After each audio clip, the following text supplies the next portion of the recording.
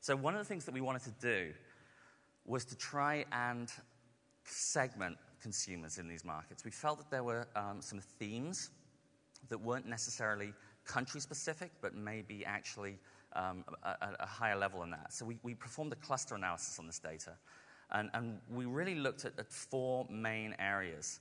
We looked at whether or not purchases, and this is all about purchases and how people are spending their money. So whether or not things were providing status to the consumer, how much they expressed their individuality, whether or not it was a reflection of their personal values, and whether or not it was helping them in terms of sort of belonging to a community. And so we clustered across these markets, and we found 6 specific clusters that came through across all of these. To begin with, two of these were very, what I would call materialistic to some extent. We have a cluster that we call My Brands Speak For Me. This is really about consumers who are buying products that primarily express who they are.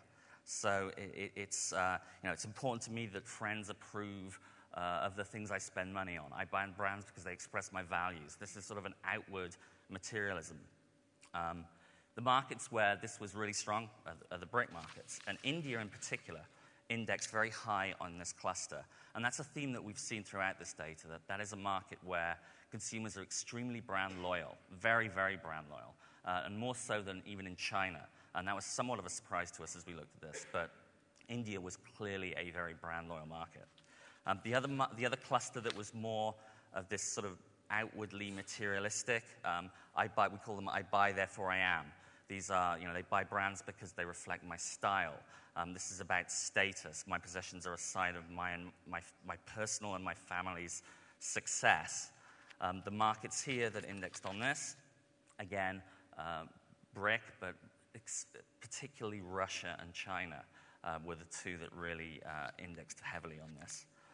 We then had a cluster that is more about values orientation. We called this My Purchases Shape My World.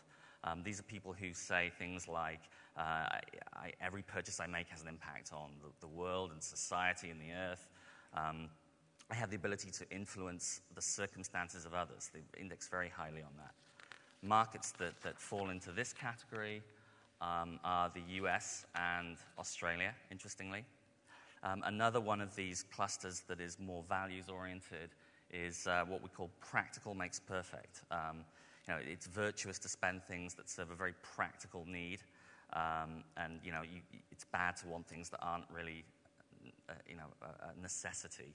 The markets that index here are interestingly, Germany and Brazil. Brazil was one that came up here that we weren't necessarily expecting to see at this point. Then we have what I would call these clusters that are almost in a sort of post-consumerism mindset. We have this group that essentially say they're not defined by their purchases. They massively under-index on I buy brands because they express my values, and they massively under-index on it's important to me that friends approve of the things I spend money on. They just don't really care. These markets, interestingly, are the UK, the US, and Australia. And then lastly, we have a group called agnostic consumerism. These are people who, it's a slightly more neutral, but again, it is that sort of post-consumerism mindset. I think the way a person uses money says a lot about who they are, under-index on that. I believe I have the ability to influence the circumstances, under-index on that. And the one market that really strikes on that is Germany. So we wanted to try and understand a bit more about these clusters and how they really influenced people's behavior. So what does that really, if you belong to one of these, what does that really mean in terms of what you're going to do with your money? So we asked the question, if you had $500, what would you do with it? And obviously, the amount was translated and equivalized based on the markets that we were in. And firstly, we asked a couple of things. We said, what what is a purchase that would make you feel good? And again, in the materially oriented clusters, my brand speaks for me, I buy, therefore I am, there's this more extrinsic kind of outwardly focused answer. So things like a brand that's highly regarded by others, a purchase that shows I've achieved a certain level of its success. Again, when you get into more of the what I would call those post-consumerism clusters, you have things like, well, it's a good deal. It's not indulgence. It's almost a rejection. So we asked again about what you would do with this money should you have it. $500.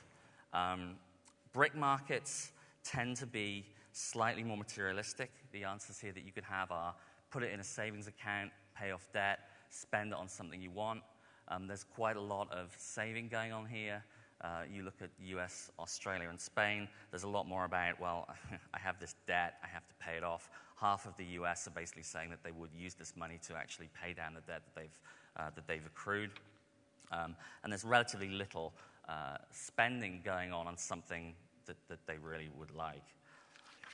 Now, what's really interesting about this is when you compare the BRIC markets to the more Western markets that we're looking at, we ask people about how they purchase. We know that these BRIC markets, that people are quite brand conscious and are very into brands as a reflection of who they are. But that doesn't necessarily mean that they feel that they make these decisions without asking people. So there's a lot of information in here about how they will make that decision. And they're asking their friends. They're referring to experts a lot more. There's a lot more of a sense of leaning on a social network and community.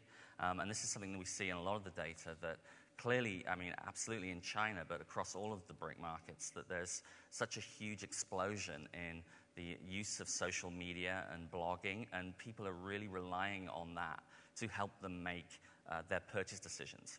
I think that may be in part because clearly these brands, they are buying brands to some extent to express their personality and who they are, and they want to get some sort of feedback from their friends and from experts before they make some of these purchases. So social media is clearly playing a big part in those BRIC markets going forward. Problem with this is that we talk about BRIC as a group, and these markets are very, very different. Again, economically, you can see from the data earlier, they seem to be trending similarly. And in terms of some of the brand values, they certainly seem to be trending similarly too. But clearly, these markets are very different. We asked people this question about, how many people in your country can actually afford some basic needs? Living in a home with electricity, living in a home with running water. We just said, how many people can really afford this? And clearly you have two groups of markets here. You have the Brazil and India, where there's a lot of concern about the ability to just cover basic essentials. And then you have Russia and China, which are much more affluent in that sense and able to, so they have a lot less of sort of basic day-to-day needs that they need to cover.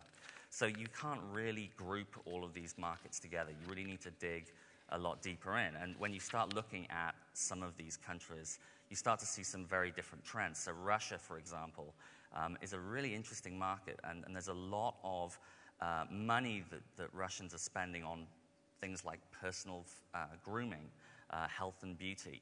These are categories that in Russia are significantly over-indexing in terms of where I want to spend my money going forward. On the other hand, when you look at, say, India, then it's a much broader sense. You have they're essentially wanting to spend money on a much broader selection of categories. So this data is interesting, but it really does point out that as you drill into these markets coming out of the recession, there are very, very different trends, even though at a high level things might look quite similar. But from a consumer perspective, how they're feeling about their situation, how they're thinking about where to put their money, and what brands and categories they're willing to spend money on, It's very, very different. India is a market that seems to be exploding as it comes to brands and the ability of consumers to buy those. So that is the data I have. Again, I've tried to summarize a stack of data this thick into 15 minutes, so I apologize for skirting through that quite quickly. But I think there are some really interesting trends in there, and when you start to look market by market, clearly we see some interesting things about social media and how people are really feeling coming out of the economy, out of the recession. Thank you.